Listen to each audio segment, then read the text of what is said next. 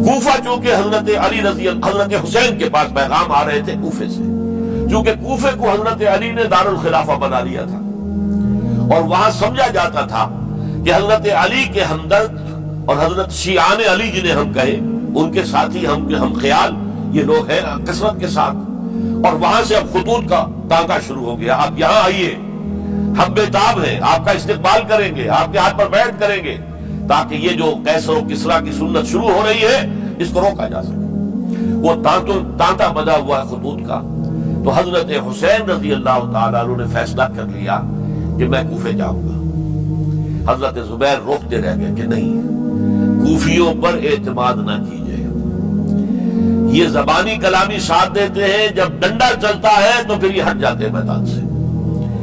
اور حضرت حسین رضی اللہ تعالیٰ عنہ بامروت انسان، شریف النفس انسان، کیسے ممکن تھا غیرت مند غیور انسان وہ کیسے ان کی بات کو رد کر دیتا؟ لہذا اچھا چلو چلتے ہیں کوفے کی طرف۔ آگے بڑھتے چلے گئے، کربلا میں پہنچ گئے، جو کچھ وہاں ہوا ہے پھر آپ کو معلوم ہے۔ اس میں یہ بات ہے، پہلے 1000 کا لشکر بھیجا تھا عبید اللہ ابن زیاد نے، اس پر حضرت حسین رضی اللہ تعالیٰ عنہ نے جو باتیں کہیں وہ کچھ اثر انداز ہو گئی۔ ان کا افسر جو تھا حر بن یزید تمیمی، وہ بعد میں حضرت حسین کا حامی ہو گیا، اور حضرت حسین کے ساتھ ہی اس کو بھی شہادت نصیب ہوئی۔ پھر دوسرے کو بھیجا عمرو بن سعد۔ عمرو بن سعد بھی ایک بڑی عظیم شخصیت کے کا بیٹا تھا، حضرت سعد ابن ابی وقاص، جو فاتح ایران تھے، اور جن کو غزوہ احد کے موقع پر حضور نے فرمایا تھا کہ اے سعد تیر چلاؤ، میرے ماں باپ تم پر قربان ہوں۔ جبکہ احد میں گھیراؤ کر لیا تھا حضور کا، اور کفار قتل کرنے کے لیے ہجوم کر رہے تھے، اور کچھ حضرات تیر چلا چلا کے انہیں پھینک رہے تھے، دور جو ہے ہٹا رہے تھے، ان میں سے حضرت سعد ابن ابی وقاص بھی تھے۔ پھر وہ فاتح ایران تھے، اسی لیے گورنر بن گئے تھے ایران کے۔ سعد جو ہے ان کا بیٹے، یہ عمرو جو ہے، یہ اب ایک بڑے صوبے کا گورنر بھی تھا، اس وقت 4000 آدمی دے کر بھیجا، وہ بھی نرمی کرتا رہا، اس نے کوئی تشدد نہیں کیا، اس کے اندر بہرحال اپنے عظیم باپ کے خون کا کچھ اثر تھا۔ لیکن یہ کہ پھر ابن زیاد کو اطلاع مل گئی کہ عمرو ابن سعد جو ہے وہ تو لے تو لال کر رہا ہے، حملہ نہیں کر رہا، قتل نہیں کر رہا، بلکہ یہ کہ وہ تو اس راستہ بھی دینے کو یہ تیار ہے کہ نہ مدینے کی طرف جائیے اور نہ آپ مکے کی طرف جائیے، نہ کوفے کی طرف جائیے، بلکہ آپ چاہے تو دمشق چلے جائیں، یزید سے اپنا معاملہ کر لیں۔ اس پر ابن زیاد نے پھر وہاں سے خط لکھا ہے، میں نے تمہیں اس کام کے لیے بھیجا تھا، میں نے تمہیں حکم دیا تھا حسین سے میری بیعت لو، یعنی میری بیعت کے ذریعے یزید کی بیعت لو، اور اسے پکڑ کر لا کر میرے سامنے پیش کرو۔ لہذا پھر اس نے ایک بہت خونخوار شخص کو زیادہ فوج دے کر بھیجا ہے، اور وہ جو ہے اس نے آ کر جو ہے شمر نے پھر اس نے فیصلہ کن معاملہ کیا۔ حضرت حسین رضی اللہ تعالیٰ عنہ نے ان دنوں میں جو وہاں گزرے، جتنے بھی کوفی آئے ہوئے تھے نا، اکثر و بیشتر تو کوفے کے لوگ تھے، ان سے کہا کہ میں خود نہیں آیا، تم نے مجھے بلایا تھا، اے فلاں ابن فلاں، کیا تم نے مجھے خط نہیں لکھا تھا کہ آؤ؟ اے فلاں ابن فلاں، کیا تم نے مجھے پیغام نہیں بھیجا تھا کہ یہاں تشریف لائیے؟ اور دیکھو میرے پاس تمہارے خطوط موجود ہیں۔ وہ ایک تھیلا جس میں کہ خطوط ہے وہ ملا کے میدان میں رکھ دیا۔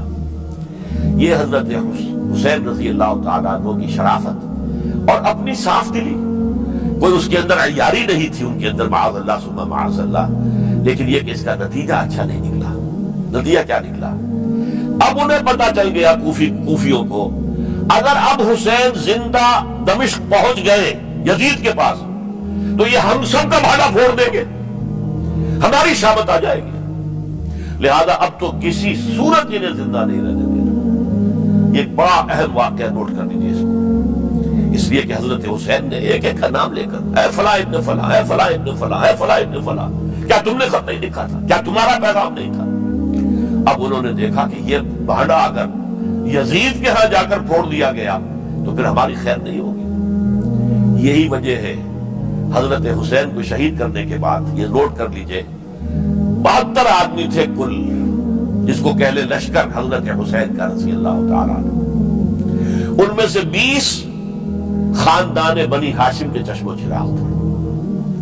وہ بڑی بہادری سے لڑے, بڑی بہادری سے لڑے, ایک ایک نے لڑ کر جان دی ہے, بہت سو کو مارا ہے. یقاتلون فی سبیل اللہ فیقتلون ویقتلون, قتل کر بھی رہے تھے, قتل ہو بھی رہے تھے, ایک ایک کر کے قتل ہو رہے تھے, شہید ہو رہے تھے. 20 جو ہے خاندان بنی ہاشم میں سے شہید ہوئے. حضرت حسین رضی اللہ تعالیٰ عنہ کا ایک بہت ہی انفنٹ چھوٹا بچہ وہ بھی شہید ہوا ہے. باقی سب مرد, تمام مرد, سوائے ایک حضرت حسین کے بیٹے حضرت علی بن حسین زین العابدین کہلائے بعد میں, وہ بیمار تھے, وہ جنگ میں حصہ نہیں لے سکتے تھے, وہ بچ گئے صرف. اچھا, حضرت حسین شہید ہو گئے. یہ ہے 10 محرم الحرام سن 61 ہجری. کیا مطلب ہے؟ حضور کے انتقال کے ٹھیک 50 برس بعد, سن 11 ہجری میں حضور کا انتقال, اور سن 61 ہجری میں حضور کے نواسے, اور جن کے بارے میں حضور نے فرمایا سیدہ شباب اہل الجنہ, حضرت حسین شہید کر دیے گئے. اور اس کے بعد اس لشکر نے خیموں کو آگ لگا دی. یہاں نکتہ سمجھ لیجیے, آگ کیوں لگائی؟ انہیں معلوم تھا ہمارے خلاف ڈاکومنٹری پروف موجود ہے وہاں پر, وہ ہمارے خطوط کے تھیلے وہاں موجود ہیں. اگر وہ باقی رہ گئے تو ہماری شامت آ جائے گی, ہمیں کون بچائے گا؟ تاکہ وہ ریکارڈ جو ہے ان کا وہ تلف ہو جائے, سارے خطوط جو ہے وہ جل جائیں, تاکہ ان کے خلاف ثبوت باقی نہ رہے.